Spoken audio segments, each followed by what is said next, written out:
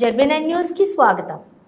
గోదావరి కని పట్టణంలోని ఈ నెల 17న కళా సమైక్య సభ్యులందరి సహకారంతో జరుగుతున్న గోదావరి కళా సంఘాల సమైక్య 37వ ఆవిర్భావ దినోత్సవ వేడుకలను విజయవంతం చేయాలని గోదావరి కళా సంఘాల సమైక్య అధ్యక్షులు కనకం రమణయ్య కళాకారులకు, కళాభిమానులకు, కళా పోషకులకు, ప్రజలకు పిలుపునిచ్చారు.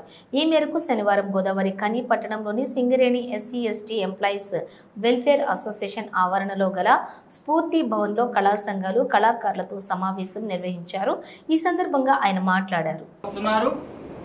ఇటు బుల్లి తెర పైన అలాగే వెండి తెర పైన కూడా మరి యూట్యూబ్ స్టార్లలో కూడా చాలా మంది జానపద కళాకారులు, మరి నటులు, మరి గొప్ప నృత్య కళాకారులు మరి అభివృద్ధి చెందడం అనేది జరిగింది. ఇంకా కొత్త వాళ్ళు కూడా ఇంకా మరి అన్ని రంగాలలో ప్రవేశిస్తున్నారు కళాకారులుగా. మరి అలాంటి ఘనత కలిగినటువంటి గోదావరి కళా సంఘాల సమాఖ్య మరి 37వ ఆవిర్భావ వేడుకలను ఈరోజు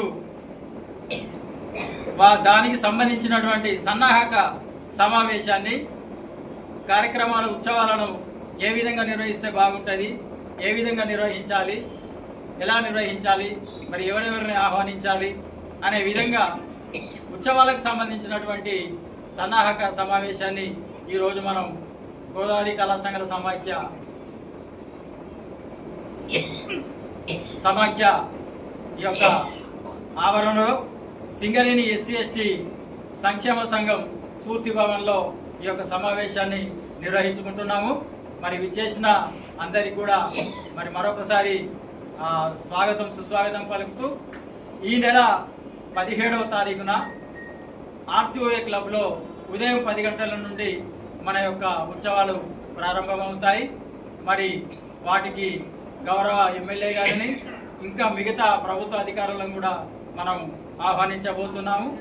కాబట్టి కార్యక్రమంలో మరి సలహాలు, సూచనలు ఏ విధంగా నిర్వహిస్తే బాగుంటుందనే ఉద్దేశంగానే ఈ యొక్క సమావేశాన్ని మనం నిర్వహించుకుంటున్నాం. కాబట్టి అందరూ కూడా మరి తమ తమ అభిప్రాయాలను, మరి మీరిచ్చే సూచనలు, సలహాల మీదనే మరి కమిటీ నిర్ణయం తీసుకొని మరి కార్యక్రమాలను నిర్వహించుకుంటుంది. కాబట్టి మరి దీనికి దృష్టిలో పెట్టుకొని మరి అందరూ కూడా మీ యొక్క సంస్థ ద్వారా మరి అన్ని కళా సంస్థలను, గోదావరి ఖనిలో ఉన్నటువంటి అన్ని కళా సంస్థలను కూడా ఆహ్వానించబోతున్నాం.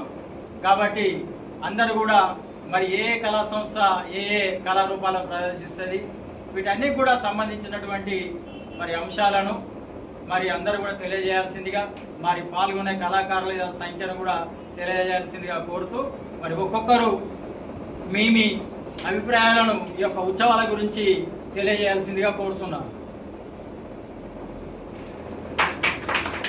సన్నాహక సమితి కమిటీ సమావేశానికి వచ్చినటువంటి కళాకారులందరికీ, కళామ తల్లి ముద్దు బిడ్డలందరికీ పేరు పేరున ముందుగా మీకు కళాభివందనాలు తెలియజేస్తూ, మరి సమావేశంలో అనేక సంస్థలు 35 సంవత్సరాల క్రితం ఏర్పడిన 42 సంవత్సరాలతో ఏర్పడినటువంటి గోదావరి కళా సంఘాల సమైక్యలో ఈరోజు అనేక సంస్థలు కాలగర్భంలో కలిసినప్పటికీ 37 సంవత్సరాలుగా ఒక సంస్థను కాపాడుకోవడం అనేది చాలా గొప్ప విషయం. దాన్ని కాపాడుతున్నటువంటి రమణన్న గారికి వేదిక పక్షాల ముందుగా కృతజ్ఞతలు. ఆషామాషి విషయం కాదు. మన కుటుంబంలో చిన్నగా ఏదైనా మాట వస్తేనే మనం పక్కకి వెళ్ళిపోయి వాడేదో చూసుకొని అన్నదమ్ములమే మనం దూరం ఉంటాం. అటువంటిది ఇక్కడ ఉన్నటువంటి సంస్థలందరినీ కూడా కళాకారులను ఏకం చేయడం కోసం కానీ, కళాకారులకు సంబంధించినటువంటి సమస్యలు పరిష్కరించడంలో కానీ, కళా బృందాలను తయారు చేసి వివిధ రాష్ట్ర జాతీయ స్థాయిలో పంపించడంలో కూడా తన పాత్ర చాలా కీలకమైనది. రమణ గారి పాత్ర చాలా కీలకమైనది. ఆయనకు సహకరించిన ప్రతి ఒక్కరు కూడా ఈ గోదావరి కళా సంఘాల సమైక్యకు ప్రధాన కార్యదర్శిగా పనిచేసిన బాస్ గారు కానివ్వండి, గతంలో పనిచేసినటువంటి సభ్యులకు కానివ్వండి, కాశీపక్క రాజమౌళి గారు కానివ్వండి, వీరందరూ కూడా పేరు పేరున మరోసారి కళాభివందనాలు తెలియజేస్తూ, మరి గోదావరి కళా సంఘాల సమైక్యకు సంబంధించిన ఒక గొప్ప సంకల్పాన్ని, ఒక గొప్ప ఉద్దేశంతో కార్యక్రమాన్ని మొదలుపెట్టుకున్నారు. అది విజయవంతం కావాల్సిందిగా మీ అందరూ కూడా మరోసారి శుభాకాంక్షలు తెలియజేస్తూ, గోదావరి కళా సంఘాల సమైక్య ఇంతకుముందు డేట్ చెప్పినట్టు ఆ రోజంతా కూడా అప్పటికే ఇక్కడ కళా సంఘాలు కూడా చాలా విపరీతంగా కళా సంఘాలు నడుస్తూ ఉన్నాయి.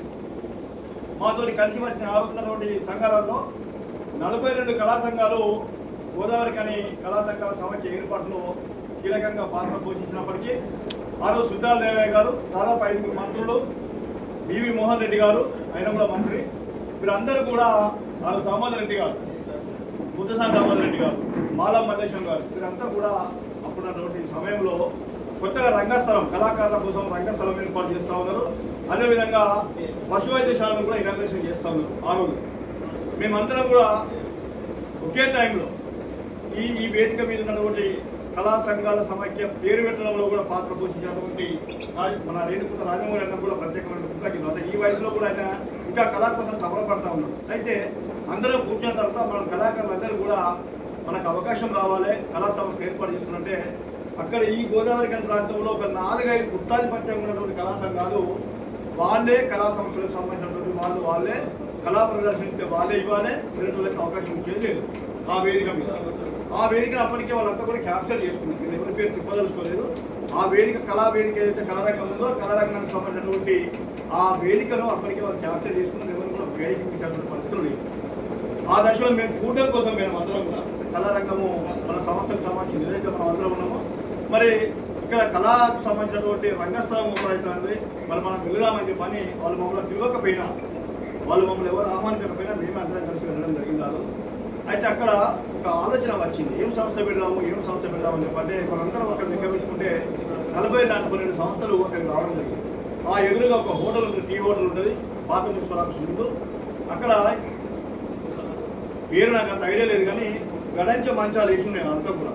సాయంత్రం టైంలో మరి వెంకటరాజు అందరూ కూడా అప్పుడు ఉన్నారు, మరి మనకు కూడా కొన్ని తెలుసు.